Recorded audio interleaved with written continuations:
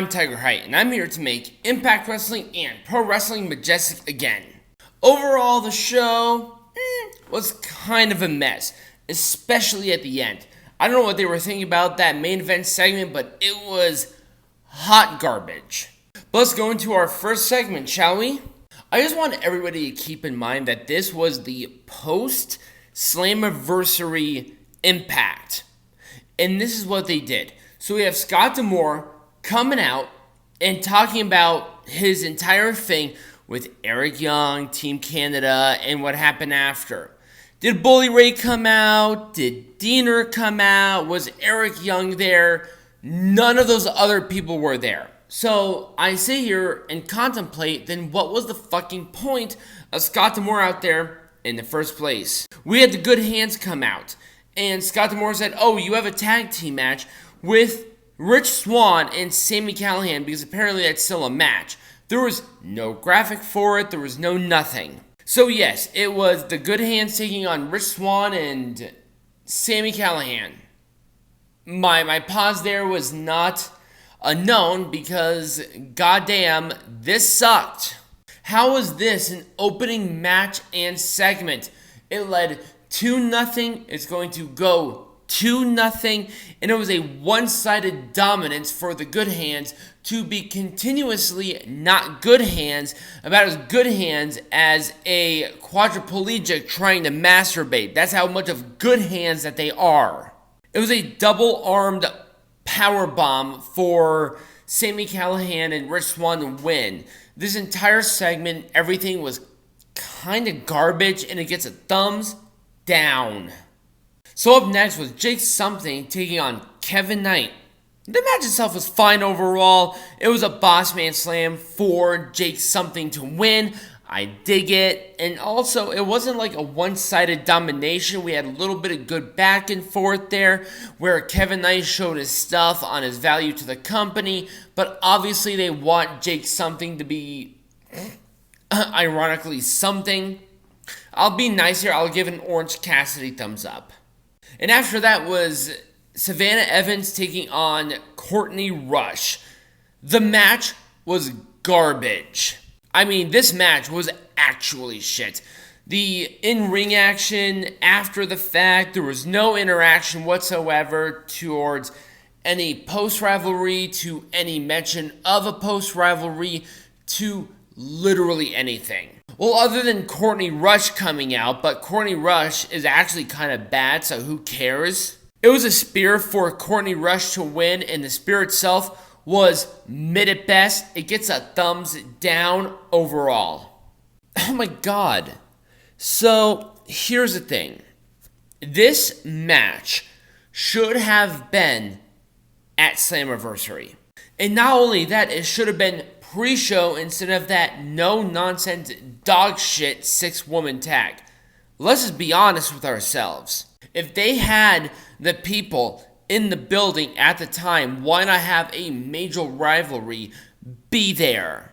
No, seriously, why not have them be there? But not only did Dirty Dango win, but it was due to an interference by Johnny Bravo. Ooh, man. You know what? That actually would have been better. People were chanting Santino a couple of times during Slammiversary and the pre-show. He should have been there during the show. He's still over. But also, the introduction of Johnny Bravo within this is actually great. Why didn't they take advantage of that? Dirty Dango wins, it gets mega heel heat, and then you have Johnny Bravo helping him. And not Johnny Bravo that Seth MacFarlane helped. Like, well, I wouldn't say a good Johnny Bravo, because the original Johnny Bravo was awesome. The Johnny Bravo in wrestling. God, it was hard, because as a 90s kid, I grew up with Johnny Bravo. Leave me alone.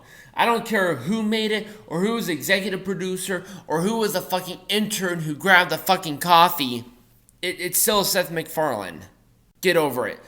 I mean, rivalry-wise, it was fine. They're going to continue it, which I don't hate. I'll be honest with you. This is being really nice about a lot of this because I liked More Than I Hated. It gets an Orange Cassidy thumbs up. And that Orange Cassidy thumbs up is barely. Oh, thank God, a fun match. And also, you have more of an introduction to a rivalry. I actually liked More Than I Hated here. Subculture, defending the Impact World Tag Team Champions against ABC. And here's what I really liked about it, is that the Rascals did not attack ABC because they were tag team champions. Now, the reason? I don't know. But clearly it wasn't for the tag team champions because they would have tagged tag team champions after, but they didn't. Subculture won with a straight roll-up. Good back and forth. Nice backstage interaction before the match itself. And a lot of this I just really liked. Sorry about that, a little overzealous. I bumped my mic down to the ground. With everything said, I still really liked all of this, and I'll be nice. I'll give it an Orange Cassidy thumbs up. So, I was really excited about this ending, but good lord, talk about a mess. So the one thing that I really liked about this is that Josh Alexander is 100% clear to compete, and I am all for it.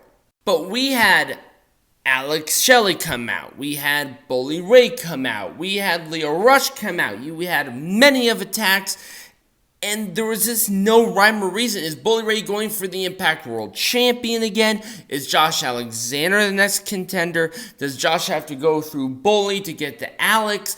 What the hell is happening here? I'm going to trust the system on making sure that I am informed what makes sense. But this did not help. This meant nothing to me. And I hate saying it, but it gets a thumbs down.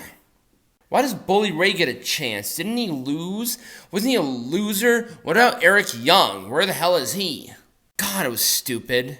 But I want to hear from you. What do you think Impact Wrestling? What did you think about this week? What do you think about it in general? And also, did you like the follow-up episode of Slammiversary? Do you think they actually introduced some rivalries that you liked? Let me know down in the comments below. If you're listening to this, obviously leave a rating. If you're watching this on YouTube, subscribe, like, and comment. But if you're watching this on TikTok, do the same. Also, share it wherever you are.